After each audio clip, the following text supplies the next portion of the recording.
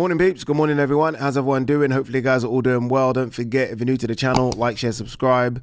All right, people, big announcement for me anyway. Hopefully for you guys as well. I need your help with this one big time, as always. I've started my own football channel, Ade Oladipo Talks Football. Years in the making. I should have done this a long time ago, but I've concentrated so much on the boxing channel. But yeah, it's now time to talk some football as well. You guys know I love my football. I talk about it every day for TalkSport.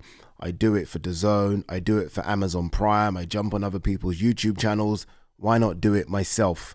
I know a lot of you like your football. A lot of you asked me to do this. So here we are. The link is in the description. I need you to subscribe, please. We are starting from ground zero. I mean, we are starting from 0 subscribers. And it'll be interesting to see how fast we can grow this. It's going to be very similar to the boxing channel, where I do reaction videos. I get people on and guests on. The first video is going to be up today being Wednesday. So yeah, please subscribe. I need your help, people. You guys have always helped me in the past. I need your help now. All right, let's talk some boxing, because this is a boxing channel. But yeah, please go and subscribe to that. Ade Oladipo Talks Football. Link is in the description. All right, let's see what else there is to talk about before we talk about Mr. Tyson Fury not needing or not having or not wanting a trainer for his upcoming fight with Arslanbek Makhmudov. I don't believe him. Andy Hirioka overcomes visa issues. Gary Antoine Russell clash remains on course. Yeah, I think it's been confirmed that he does now have his visa. He will be traveling in for Japan. That title fight is on. I have to get to the airport in 4 hours, so we have to be very quick doing this video. But yeah, looking forward to that. That means there's 3 title fights. Obviously, you got Barrios versus Garcia. You have Richardson Hitchens versus Oscar Duarte, and you have Hirioka versus Gary Antoine Russell. That's a good card. It's a good card. Yeah, look forward to that one. This is a mess. Virgil Ortiz files opposition to Golden Boy's TRO, seeks to move forward with Ennis fight. This is just crazy, isn't it?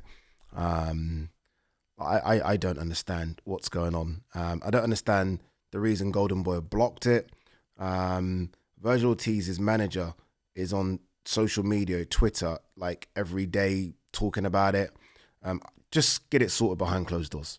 I almost don't want, I miss the days when fights were just announced and you'd see a fight post and, oh my God, it's on. Like, all this stuff, it goes over my head. I don't understand it. Fighters suing managers, managers putting blocks on. Like, it's just crazy. Honestly, it's just crazy. From what I do know and what I've read about it, it almost seems as though Matchroom have made a play for Virgil Ortiz and they're willing to offer him X amount of money to have this fight and then 2 more fights. And if you're Oscar, obviously you're not going to be very happy about that. But look, let's hope something happens. It will be a massive fight. I still don't know how many pay-per-view buys it does. I'm a bit like, it's big for us hardcore boxing fans, but I don't know if the casual fans have jumped on it and are gravitating to it like they would Tio Shakur, or like they would if Ryan fought Shakur or Conor Benn or Devin Haney. I mean, these are 2 big names in their own right, but these are 2 big names that I think need to almost take that next step in being a big star, not just in boxing, but in sport. And then I think the casuals will jump on it. Sorry to interrupt the video, but this is very important and I'll be quick. If you're one of these people that watch the channel and don't hit that subscribe button or forgot to hit that subscribe button, please hit the subscribe button. It's really important. It will help grow the channel. I am trying to chuck different types of content on the channel as well. I am trying to get to 200,000 subscribers. I know it sounds crazy, but who knows, right? By the end of the year. And I need you to hit that subscribe button if you haven't already done so. All right, back to the video. All right, let's talk Mr. Tyson Fury for a couple of minutes. Tyson Fury obviously had his press conference against Arslanbek Makhmudov. I've reacted to that. I did say that it felt a bit flat. Obviously, John Fury was just on the rampage. I've seen a video of John Fury.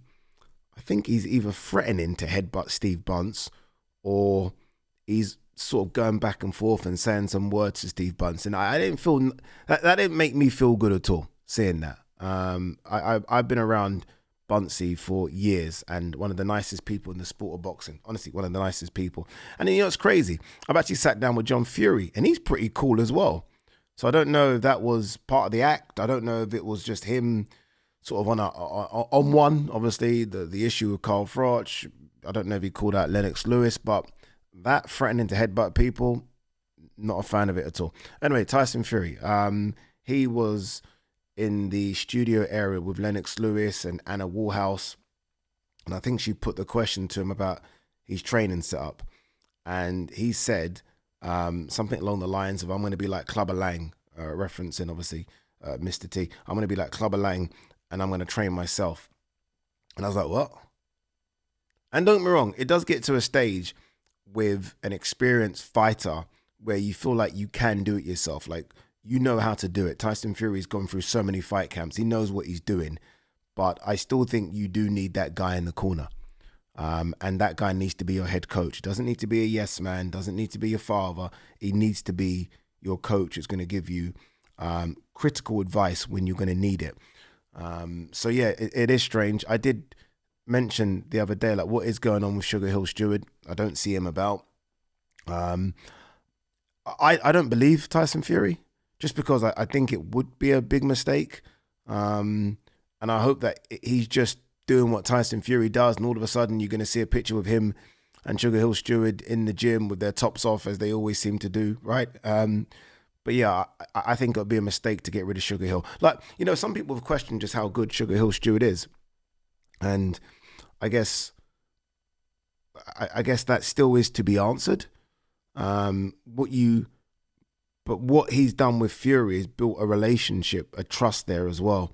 And look, I thought the second fight, and I said this, the second fight with Usyk was a good performance. I thought it was a lot better than the first one. I remember the first one had all the mishmash of him, Andy Lee, and John Fury in the corner. And who's Fury listening to? Is he listening to Andy Lee? Is he listening to John Fury? He should be listening to SugarHill Steward. The second one, no John Fury. I thought Tyson Fury was a lot more concentrated in the corner, and hence why we saw, I think, a better performance. So I think it would be a mistake to get rid of SugarHill. You know, it's not that it would be a mistake to get rid of SugarHill. It would be a mistake to do it without a trainer. I mean, there's been rumors about other trainers potentially helping him.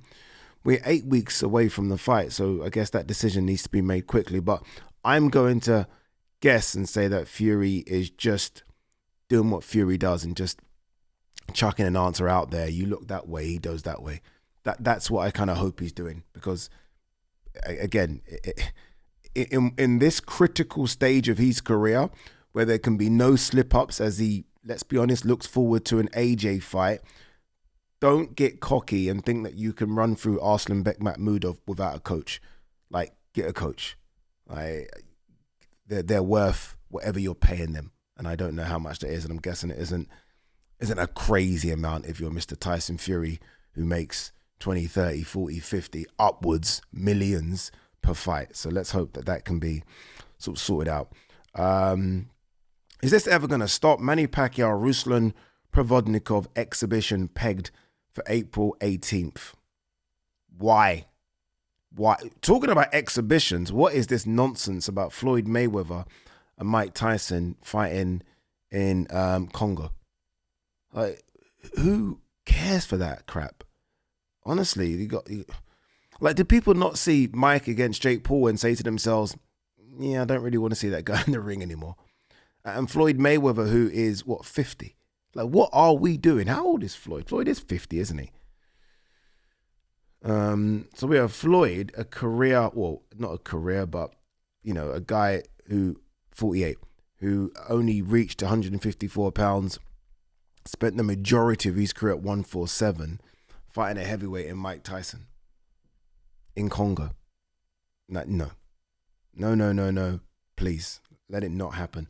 Vidal Riley, Masternak to land on Wilder Chisora's show in London. Yep, I knew about this some time ago, actually. Vidal and I go to the same gym. We've been speaking about this fight.